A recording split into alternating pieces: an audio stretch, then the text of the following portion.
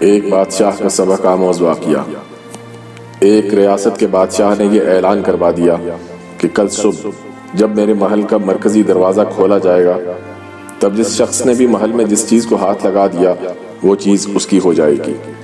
اس اعلان کو سن کر سب لوگ آپس میں بات چیت کرنے لگے کہ میں تو سب سے قیمتی چیز کو ہاتھ لگاؤں گا۔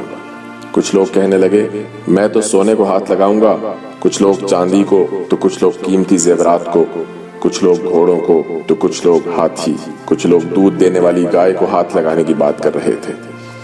جب صبح محل کا مرکزی دروازہ کھولا گیا اور سب لوگ اپنی اپنی من پسند چیزوں کے لیے دوڑے، سب کو اس بات کی جلدی تھی کہ پہلے میں اپنی من پسند چیزوں کو ہاتھ لگا دوں تاکہ وہ چیز ہمیشہ کے لیے میری ہو جائے۔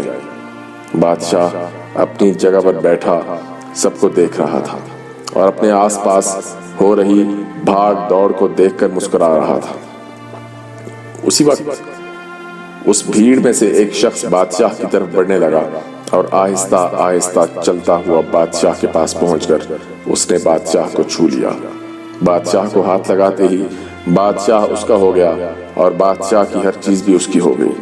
جس طرح بادشاہ نے ان لوگوں کو موقع دیا اور ان لوگوں نے غلطیاں کی، ٹھیک اسی طرح ساری دنیا کا مالک ہم سب کو بھی ہر روز موقع دیتا ہے، لیکن افسوس ہم عقل کے اندھے لوگ ہر روز غلطیاں کرتے ہیں۔